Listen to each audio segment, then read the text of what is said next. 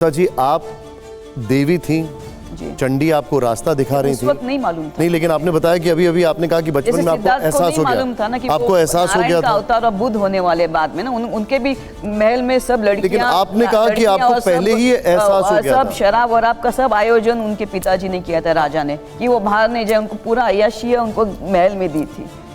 तो ऐसा ही होता है। नहीं, लेकिन ऐसे ही आपको बेला फुसला के डेमी मूर का फोटो आपको शूट करवा देगा? नहीं। तो एक देखिए, इसी को तो इनोसेंस कहते हैं, इसको तो इनोसेंस कहते हैं ना। शायद भूल चूक हो गई होगी। उस वक्त तो नहीं जानती थी कि मैं कोई देवी हूँ या मुझे कोई जागृत थी या मुझ में कोई आत्मज्ञान था। आत्मज्ञान के बाद ही तो आपको लगता है ये गलत या सही है, उसको पहले कैसे मालूम पड़ेगा? आपके इंस्टाग्राम के हैंडल से एक पोस्ट हुई, उसमें दावा किया कि आप एक कैप में थी और अचानक एक कैफे में थी और अचानक एक सफ़ेद रोशनी आपके मस्तक को छूती दिखाई देती है। अभी हमने वो देखी। एक बार दर्शकों को वो तस्वीर दिखाइए ज़रा। वो एक फ्लेयर जैसा दिखाई दे रहा है फोरहेड पर। ये है वो तस्वीर। ये क्या है ममता जी?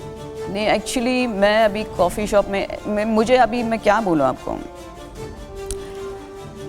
देखिए, दो समाधियाँ होती है, बीजा और निर्बीजा समाधि। दो अवस्थाएं होती है समाधि की। दोनों ही कठिन अवस्थाएं होती है ध्यान की। और मैं निर्बीजा समाधि की अवस्था में हूँ।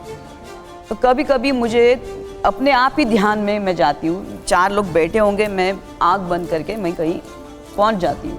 तो ये दिव्य रोशनी है? ये मैं नहीं जानती दिव्य है या नहीं है। तो मेरे साथ जो लेडी थी उसने क्लिक किया था।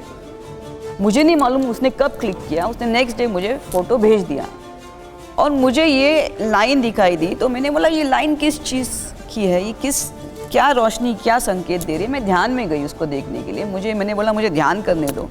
तब तक उसने पोस्ट किया था इसको ऑलरेडी।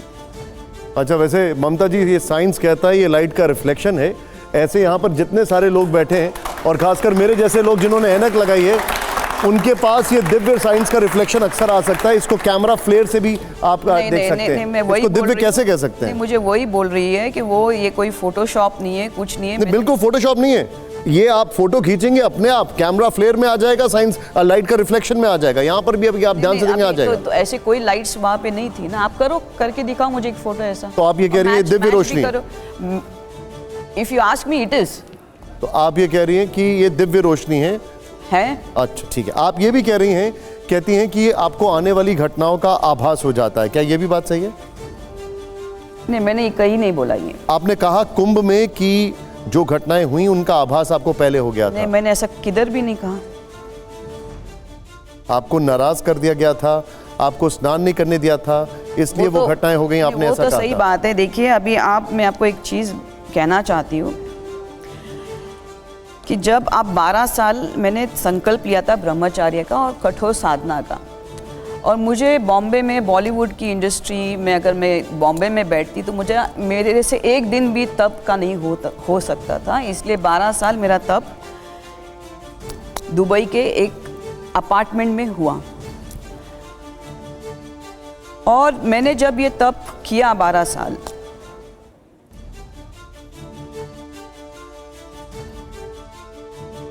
उसके अंदर काफ़ी शक्तियाँ जागृत होती है। सर्वप्रथम आप सब उस दरमियान मेरे पिताजी भी चले गए, मेरी दादी चली गई, मेरा आधा परिवार चला गया। लेकिन मैं इतनी संकल्प की पक्की थी कि मैंने बोला चाहे कुछ भी हो, मैं ये 12 साल तोड़ने नहीं दूंगी। और मैंने इतनी कठोर साधना की। जब आपकी समाधि, आपकी कुंडलिनी शक्ति जब जागृत होते, आपकी समाधि जब निर्बीजा समाधि से बीजा से निर्बीजा समाधि तक पहुंचती है, आपके अंदर काफ़ी शक्तियाँ प्रज्वलित होती हैं। जो पंच महाभूत आपके शरीर के अंदर होते हैं वो आपके बाहर, शरीर के बाहर गोचर करने लगते हैं। तो मैं तो गई थी स्नान करने के लिए। मुझे ना महामंडलेश्वर बनना था ना कुछ बनना था। कुछ स्थितियाँ हो गई, महामंडलेश्वर मैंने अनाउंस कर दिया। फिर वहाँ पे हड़कम हो गया सब में कि इसको क्यों बनाया, क्यों बनाया, क्यों बनाया, क्यों बनाया, क्यों बनाया, क्यों बनाया। वो सब जगत गुरु मेरे घर में आ गए, नहीं हम आपको लेके नहीं जा सकते, और क्या क्या हो गया वहाँ पे।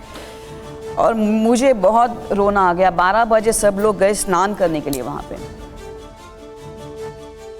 और सब निकल गए, सबके रथ निकल गए, सब निकल गए। मैंने दरवाज़ा बंद कर दिया, मैं ध्यान में बैठ गई। और उसके पहले मैंने बोला ये क्यों ऐसा हो गया मेरे साथ, और मेरे से कुछ निकला उसके पहले।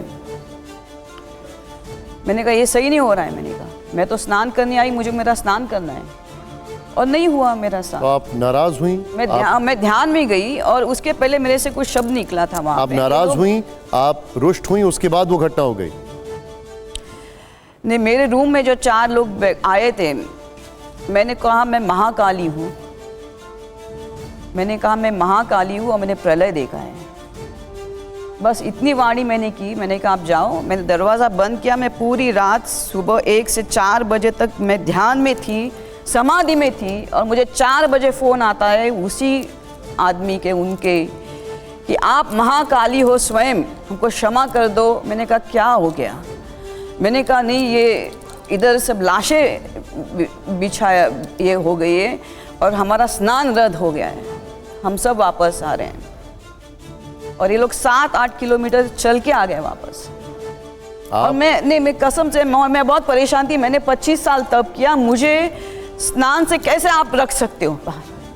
मुझे माफ़ कीजिएगा, मैं आज भी क्रोधित हूँ उस चीज़ के ऊपर। मैं स्नान करने के लिए आई थी, मुझे ये सब ये नहीं था। फिर वहाँ से स्नान 7 किलोमीटर ये लोग चल के मेरे रूम में आके बैठ गए, और सब माफ़ी मांग रहे थे मुझसे। उसमें जूनागढ़ के महामंत्र थे, अपना जगत गुरु थे, और सब आके मेरे रूम में बैठ गए। और मैंने बोला ये आपने क्या कर दिया? मैंने कहा नहीं, बोलते आप महामंडलेश्वर। उन्होंने मुझे आके माफ़ी भी मांगी, और मुझे इतना भी कहा कि मैंने बोला क्यों मुझे आपने रोका? तो बोलते नहीं, आप महामंडलेश्वर हो गए हो, आपका रथ नहीं है, आपका चमर नहीं है, आपको हम अभी दूसरे रथ पर नहीं लेके जा सकते। मतलब यही है ना। मैंने कहा आपने अहंकार के चक्कर में आपने अमृत खो लिया ना। मैंने कहा स्नान, हम जिस स्नान है वो अमृत है ना, देवी का रूप है, तो फिर आप थोड़ा सरकार की भी मदद कर दिया करिए। ऑपरेशन सिंदूर में योगदान दे देती हैं आप, थोड़ी बहुत मिसाइलें बच जाती हैं हमारी। क्या मालूम है ये शक्तियाँ कहाँ कहाँ अपनी संरक्षण नहीं कर रही है? आपको क्यों ऐसा लगता है? आप कर रही हैं मतलब ये सब? नहीं, मैं कहाँ करने वाली हूँ? करने वाले तो महाकाल है, महाकाली है। ठीक है। एनीवे, विनोद सर, आपका क्या बैकग्राउंड है उससे मुझे कुछ लेना देना नहीं है। आप मुझे बताइए कि अंततोगत्वा आज के दिन वाल्मीकि को हम क्यों याद रखते हैं? किनको? वाल्मीकि जी को क्यों याद रखते हैं? उनका एक बैकग्राउंड था, बहुत अच्छा बैकग्राउंड नहीं था, डकैती किया करते थे, रामायण रची उन्होंने। आप क्या रच रही हैं?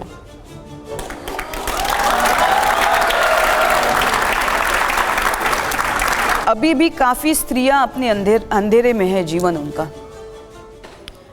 और स्त्री का सब जगह अनादर हो रहा है, चाहे वो बच्ची के स्वरूप में हो, चाहे वो औरत के स्वरूप में। आज मैंने देखा, कुछ 2 दिन पहले मैंने देखा कि महाराष्ट्र में एक लड़की ने 2 करोड़ का दहेज दिया, फिर भी उसकी हत्या हो गई।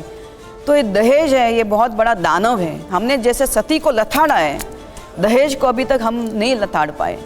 आज भी हम लोग विवश होते हैं। एंड सॉरी टू से, ये जो हाई फंडा जो वेडिंग्स चल रही है सब जगह दिखावे की, कि इसने इसको इतना दिया, इसको दिया, उससे अपनी और लड़कियां मर रही है। और मैं चाहती हूँ कि आप लोग ये सब बंद करो, दहेज देना। सबसे ज्यादा पॉपुलर सेगमेंट है, पहले जोरदार तालियां हो। इसका नाम है रैपिड फायर। ममता जी आइए, प्लीज आइए। ये रैपिड फायर राउंड है, आपके सामने ऑप्शंस होंगे, आपको एक ऑप्शन चुनना है, और यहां पर मैं चाहूंगा हर सवाल पर, हर जवाब पर जोरदार तालियां हो और खूब प्रोत्साहन किया जाए। पहले चीयर करिए, जोरदार तालियां हो पहले। ममता जी, एक चूज करना है, कुछ बोलना नहीं है। प्ले करिए हमारा पहला सवाल। यहां पर रैपिड फायर राउंड का पहला सवाल बेहतर को स्टार कौन है? शाहरुख खान है, सलमान खान है, आमिर खान है, अक्षय कुमार है? आमिर खान। ओके, बहुत बढ़िया, जोरदार तालियां। आइए जरा, रैपिड फायर का अगला सवाल हमारा प्ले करिए जरा। हमारा अगला सवाल, बेहतर विचारक कौन? शंकराचार्य, अभिमुक्तेश्वरानंद जी, स्वामी रामदेव जी या पंडित धीरेन्द्र शास्त्री जी? अभिमुक्तेश्वरानंद जी। ओके। और मैं इसकी वजह भी बताना चाहती हूँ कि उन्होंने गौ हत्या के लिए जो आवाज उठाई है। अगला सवाल आपके लिए थोड़ा मुश्किल हो सकता है, लेकिन ऑडियंस के लिए बहुत जरूरी है सवाल जानना। प्ले करिए जरा। हमारा अगला सवाल क्या है, दिखाइए जरा। हमारा अगला सवाल, बेहतर राजनेता कौन? प्रधानमंत्री मोदी जी या राहुल गांधी जी? आपको पूछना जरूरी है, जवाब तो मालूम है आपको। अरे आप बता दीजिए। आप Modi ji, of course. Okay, Modi ji, ठीक है, ठीक है। अब हमारा अगला सवाल प्ले करिए जरा। अगला सवाल है आपकी स्क्रीन पर, यहां पर, देश का दुश्मन नंबर 1 कौन? दाऊद इब्राहिम या छोटा राजन? मेरे लिए दोनों दुश्मन है, दोनों। जोरदार तालियां उसमें जरा। आइए जरा, अब मैं आपसे एक और सवाल पूछ रहा हूं, बड़ा इंटरेस्टिंग सवाल है, प्ले करिएगा। ये रैपिड फायर का ये वाला सवाल दिखाइए जरा। बेहतर कलाकार कौन है? बॉबी देओल, संजय देव दत्त या राजकुमार संतोषी? लेकिन कलाकार किसमें? कलाकार मतलब आपका ये प्रोफेशन है बॉलीवुड का, आप किसकी फैन इनमें से? किसी की नहीं। हमारा अगला सवाल प्ले करिए। लोकप्रियता का क्रम ऑर्डर, माधुरी दीक्षित जी, श्रीदेवी जी, जूही चावला जी, रवीना टंडन जी या फिर ममता कुलकर्णी जी? ऑर्डर बताइए। श्रीदेवी, माधुरी, जूही, रवीना एंड लास्ट। ओ, ये तो मॉडेस्टी, एकदम एपिटोम ऑफ मॉडेस्टी है। खैर, अब जरा एक सवाल है, और ये सवाल ये सब लोग जानना चाहेंगे कि कैसे व्यू करें। पहले हौसला अफजाई हो जरा। आइए जरा प्ले करिए। ये सवाल ये है कि इतिहास ममता कुलकर्णी जी को कैसे याद रखे, अभिनेत्री या साध्वी?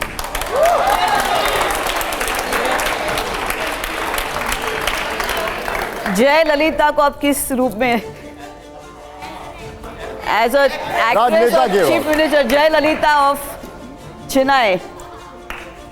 आप तो ललिता भी एक एक्ट्रेस से राजनेता बनी, आपको कौन सा स्वरूप उसका पसंद है? आइए। I will try to outdo that performance in this. क्या बात है, आइए बैठिए। मेरा यही सवाल है अब सर, जोरदार ताली हो। मैं